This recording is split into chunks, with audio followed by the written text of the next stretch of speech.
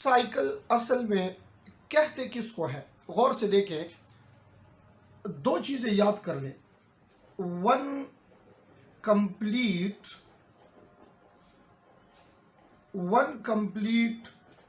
Contraction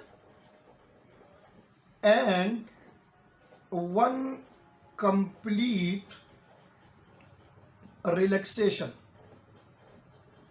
one complete contraction and one complete relaxation, इसको क्या कहा जाता है? This is called cardiac cycle. अब अगर आप देखें तो ये जो हमारे पास कंट्रैक्शन है, कंट्रैक्शन, इस कंट्रैक्शन के लिए वर्ड यूज होता है सिस्टोल। कंट्रैक्शन जो है ये सिस्टोल है, और जो रिलैक्सेशन ऑफ हार्ट है, रिलैक्सेशन, इसको कहा जाता है डायस्टोल। ठीक है, इसको कहा जाता है डायस्टोल। अब इसमें डिफरेंट फेजेस है, इसको आप सीख लें। This point is very important for MCQs. Phase number 1, first phase of cardiac cycle में क्या होता है? फर्स्ट फेज में चैम्बर रिलैक्स हो जाते हैं और ब्लड जो है, blood flow into the heart, और ये प्रोसेस जो है ये पैसिव प्रोसेस होगा। Blood flow into the heart, ये हमारे पास क्या होगा? ये पैसिव प्रोसेस होगा।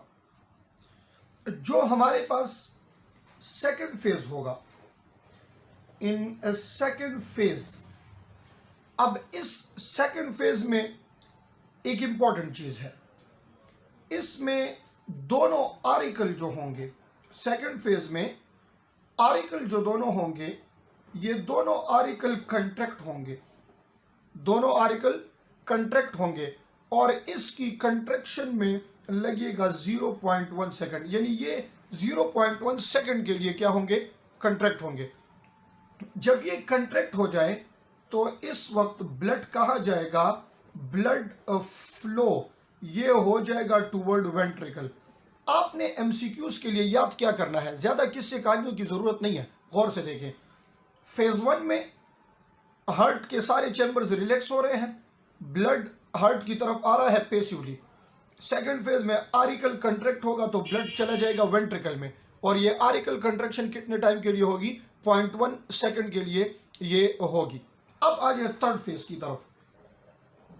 थर्ड फेज में क्या होने वाला है? गौर से देखिए, थर्ड फेज में जो वेंट्रिकल है इसकी कंट्रैक्शन होगी, यानी auricle contraction is followed by ventricle contraction. यहां पे वेंट्रिकल कंट्रैक्ट होंगे, दोनों वेंट्रिकल जब कंट्रैक्ट हो जाए, इसमें कितने टाइम के लिए? 0.3 सेकंड के लिए। तो आपने ये याद रखना है कि वेंट्रिकुलर कंट्रैक्शन से ब्लड कहाँ जाएगा? दो पार्ट्स ऑफ बॉडी में इस वक्त ब्लड जा सकता है। लेफ्ट वेंट्रिकल से ब्लड जाएगा आयोर्टा में, और राइट वेंट्रिकल से ब्लड जाएगा कहाँ? लंग्स में। ये तीन मेन फेजेस जो है ये आपने याद करने हैं। अब कुछ और जनरल इंफॉर्मेशन जो यहां एमसीक्यूज के लिए सीखना जरूरी है।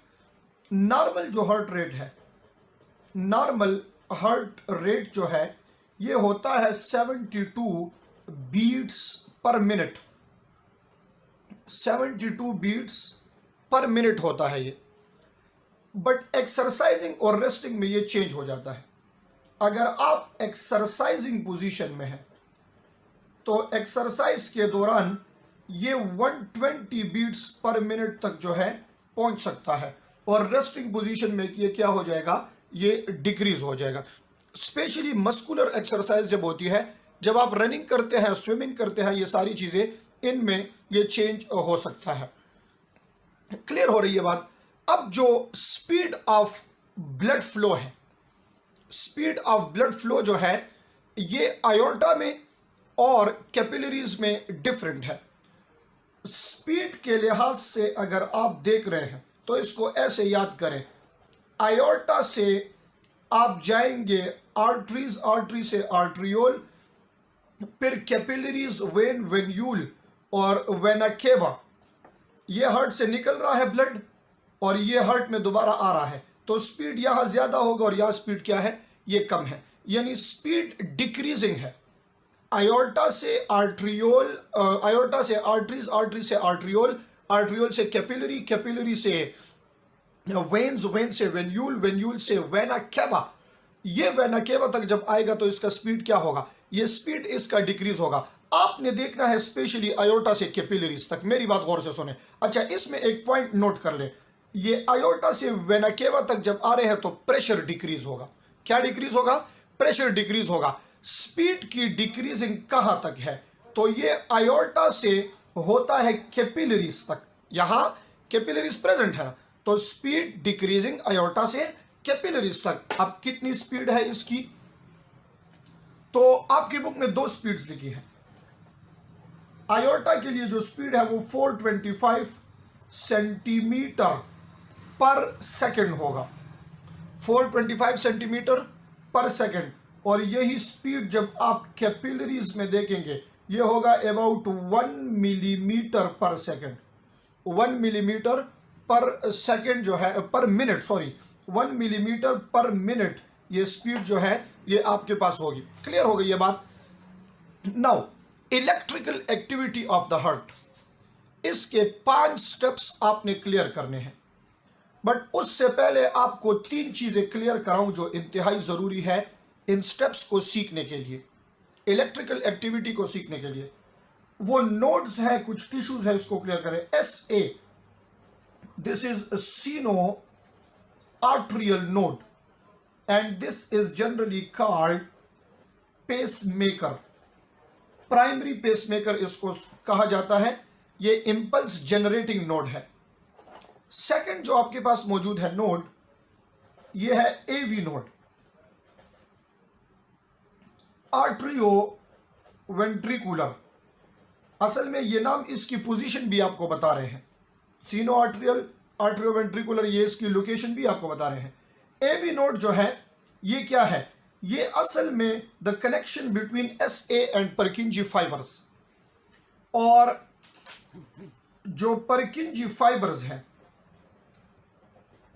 परकिंजी फाइबर्स ये क्या कर रहे हैं, they are responsible for distribution of impulse.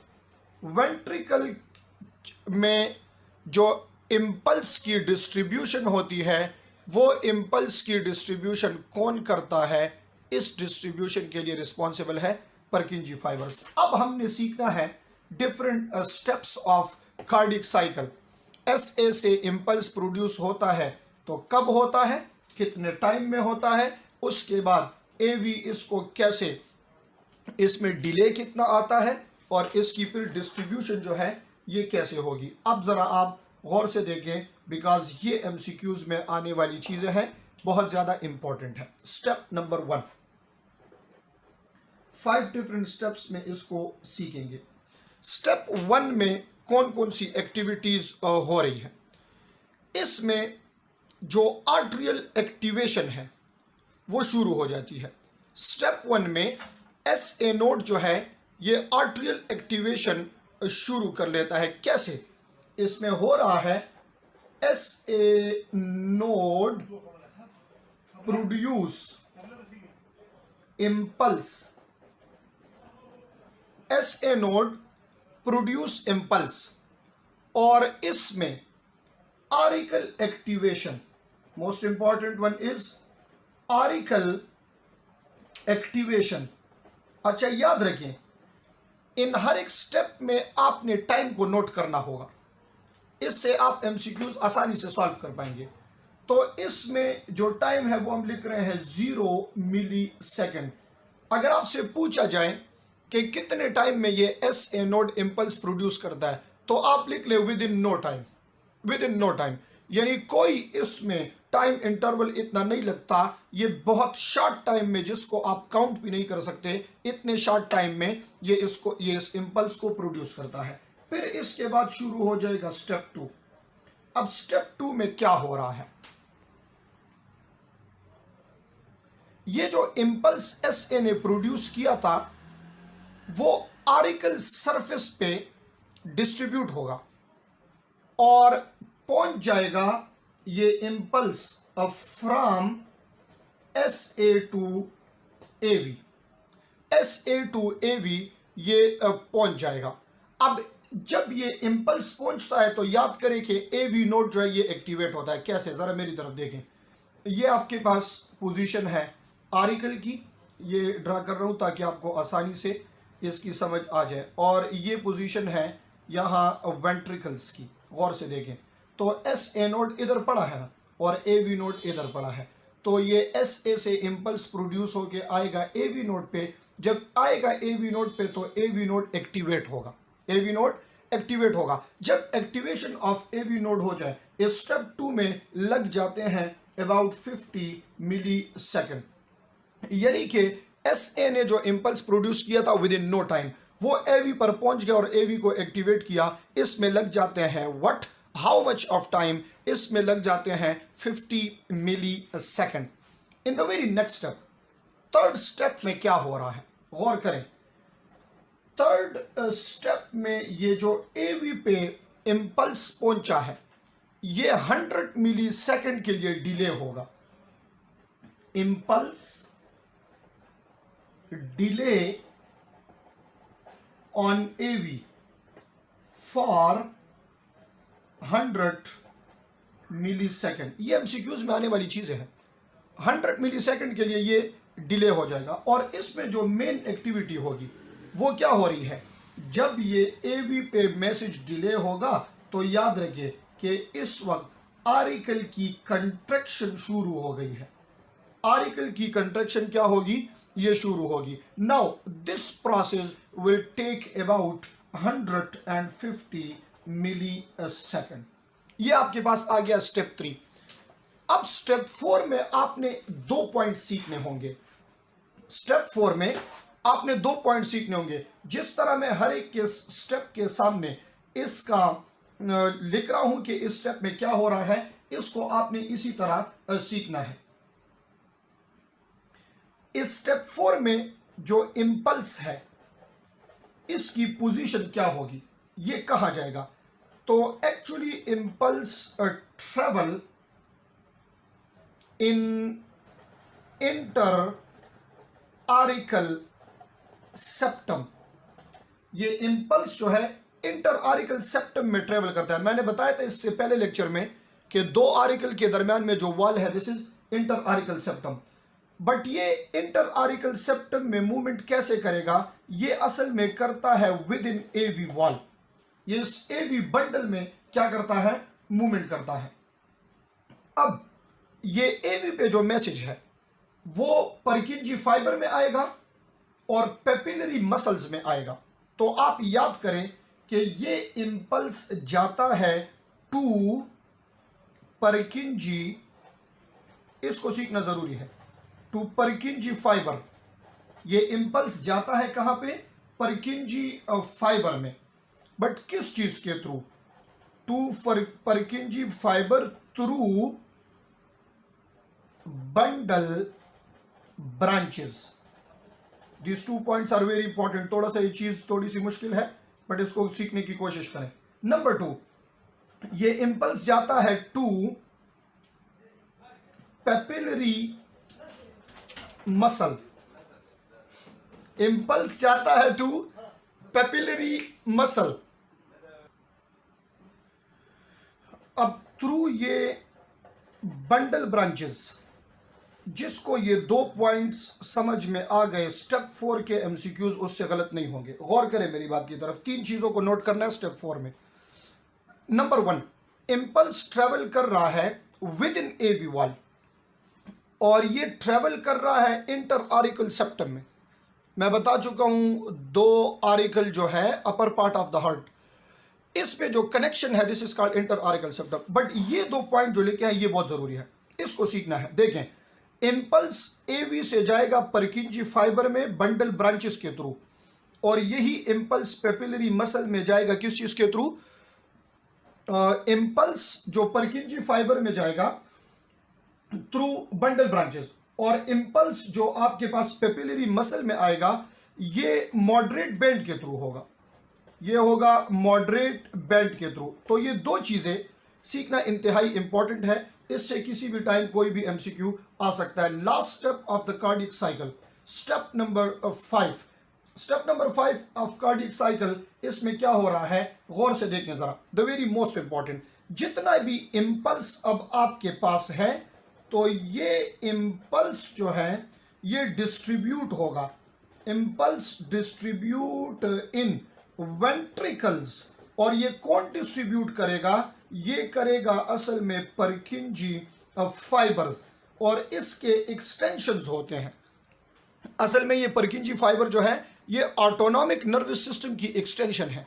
तो ऑटोनॉमिक नर्वस सिस्टम की ये जो एक्सटेंशन है, परकिंजी फाइबर के ब्रांचेस हैं, ये वेंट्रिकल में इसको डिस्ट्रीब्यूट कर रहे हैं। और आपको मैं बता चुका हूं इम्पल्स जहां जाएगा वहां एक्टिवेशन होगी। जिस तरह इधर देखिए गौर से, जब इम्पल्स आता है आरिकल में एवी नोट पे, तो आरिकल कंट्रैक्शन शुरू होती है। इस तरह जो ये इम्पल्स आएगा वेंट्रिकल पे, तो फिर ये वेंट्रिकुलर कंट्रैक्शन शुरू होगी। And the very most important thing, if ventricular get contracted, what would happen, blood will flow toward to important parts of the body. Right auricles ventricle से ये ब्लड चला जाएगा लंग्स में, और लेफ्ट वेंट्रिकल से ये ब्लड जो है ये चला जाएगा आयोर्टा में, और आयोर्टा से all parts of the body में क्या होगा, डिस्ट्रीब्यूट हो जाएगा ये blood. You can read all these thing from ECG. So next topic जो हमारा है वो है इलेक्ट्रोकार्डियोग्राम और इलेक्ट्रोकार्डियोग्राफी। ईसीजी उसके कुछ बेसिक्स हैं, और फिर रीडिंग ऑफ ईसीजी, जिससे एमसीक्यूज बहुत ज़्यादा आ सकते हैं और थोड़ा सा मुश्किल टॉपिक है।